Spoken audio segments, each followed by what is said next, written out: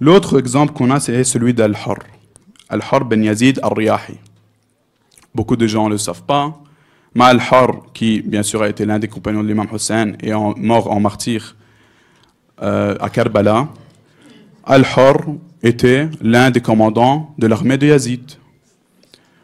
Yazid a choisi en tant que gouverneur Abaydallah ben Ziyad à Koufa. Ce dernier choisit Amr ben Saad, qui était le fils du compagnon Saad ben Waqqas, en tant que chef de l'armée. Et dans cette armée qui était grande, en fait, composée de plusieurs milliers de soldats, contre 72 personnes. Il y avait plusieurs divisions, des sortes d'escadrons. Al-Harr était le commandant de l'une de ces divisions. Et, subhanallah, c'est la première division de l'armée d'Yazid qui rencontra l'imam Hussein. Et c'est lui qui arrêta le mouvement de l'imam Hussein en Irak. Il lui dit, on ne m'a pas ordonné de te tuer, mais de t'arrêter et de t'emmener à Koufa. Maintenant, si tu veux vraiment pas, retourne à la Mecque. Il n'y a pas de souci. Je peux fermer les yeux. Bien sûr, l'imam Hussein refusa.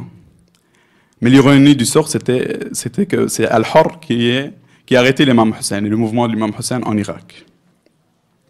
Mais les jours suivants, Al-Harr n'était pas serein. Il avait ce que le Coran appelle cette nafs al-lawam, ça veut dire cette conscience qui le travaillait, qui le rongeait de l'intérieur. Il savait que ses actions n'étaient pas normales. Se comporter ainsi envers le petit-fils du prophète n'était pas normal. En fait, contre ceux qui étaient dans les tentes de l'imam Hussein, dans le camp de l'imam Hussein, c'était qui? C'était les descendants du prophète. Ce n'est pas les descendants d'un ennemi de Dieu. C'est le prophète lui-même. Le prophète lui-même disait, Al-Hussein fait partie de moi et je fais partie d'Al-Hussein. C'est pour ça qu'il fut rapporté par le camp de Yazid que le jour de Ashura, Al-Harr tournait en rond et semblait réfléchir très profondément. Il fut demandé par un homme, « Qu'as-tu » Si on me demandait qui est l'homme le plus courageux de Koufa, j'aurais dit Al-Harr. Al-Harr répondit, « En vérité, on me donne le choix entre le paradis et l'enfer. Par Dieu, je ne peux rien choisir autre que le paradis, même si on me découpe et qu'on me brûle. » Ainsi, il décida de prendre son cheval et son épée, de partir dans le camp de l'imam al-Hussein. Quand il arriva dans le camp de l'imam Hussein, il était très gêné, il avait honte. Il avait la tête baissée et il dit à l'imam, « Ô fils du messager de Dieu, ô Aba Abdullah, je te viens en tant que repenti auprès d'Allah, jusqu'à ce que je me fasse tuer avec toi. Acceptes-tu mon repentir ?» L'imam lui dit, « Oui, Dieu t'a pardonné. Descends donc de ton cheval. »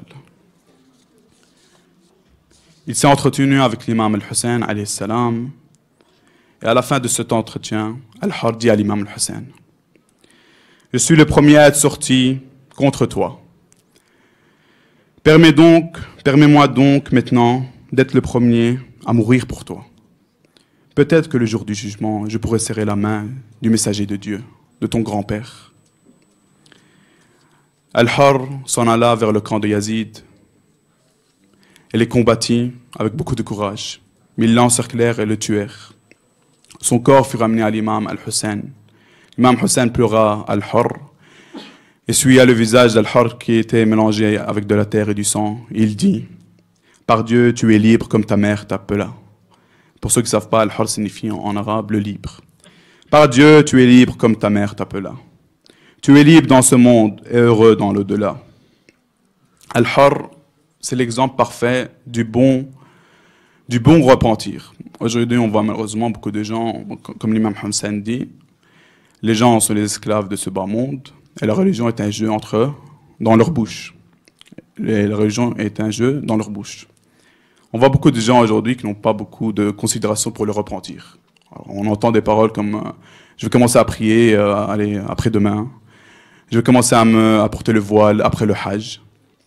On considère la religion comme un jeu. Puis Dieu, il peut attendre, c'est pas de souci. Comme si ces gens étaient sûrs qu'ils allaient vivre jusqu'à demain ou après le Hajj. Même s'ils allaient vraiment aller au Hajj. En islam, selon le Coran, le repentir a 3 étapes. Premièrement, il faut comprendre qu'on est en train de faire un péché. Il faut identifier cette chose. Il y a beaucoup de gens qui ont du mal, surtout pour des péchés comme le mensonge ou la calomnie. Beaucoup de gens ne s'en rendent même pas compte qu'ils sont en train de commettre l'un des pires péchés. Pourquoi? Parce qu'ils sont devenus habitués à ce péché. La deuxième étape est de regretter ce péché sereinement, sincèrement et honnêtement, et de demander pardon à Allah de manière sérieuse. Et la troisième étape est la plus importante peut-être, de corriger les conséquences du péché, les conséquences de l'erreur. Si je n'ai pas prié, je commence à prier, mais aussi je rattrape les prières ratées. La religion, ce n'est pas un jeu. Et le croyant est responsable. Allah est extrêmement sévère dans la punition, mais il est aussi extrêmement clément et miséricordieux dans le repentir. Mais il faut que le croyant soit sérieux. Donc la troisième étape est de corriger les conséquences du péché ou de l'erreur.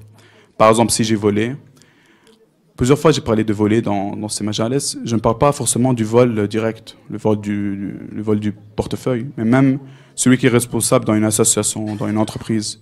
S'il vole les fonds de cette association, c'est un vol aussi. C'est l'un des pires vols.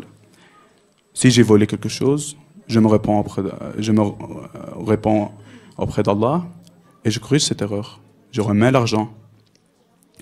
Dans l'exemple d'Al-Har, on voit les trois étapes. Il a compris son erreur. Il a demandé pardon à l'imam Hussein, à Allah. Et enfin, il a été le premier à se sacrifier pour l'imam Al-Hussein. Nous demandons, Inch'Allah, de la part d'Allah, de nous renforcer sur cette voie qui est la voie de l'imam Al-Hussein. Et, par sa miséricorde, de nous compter parmi les compagnons de l'imam Al-Mahdi lors de son apparition. Que la paix soit sur Al-Hussein, Ali ibn Al-Hussein, et les enfants d'Al-Hussein, et les compagnons d'Al-Hussein.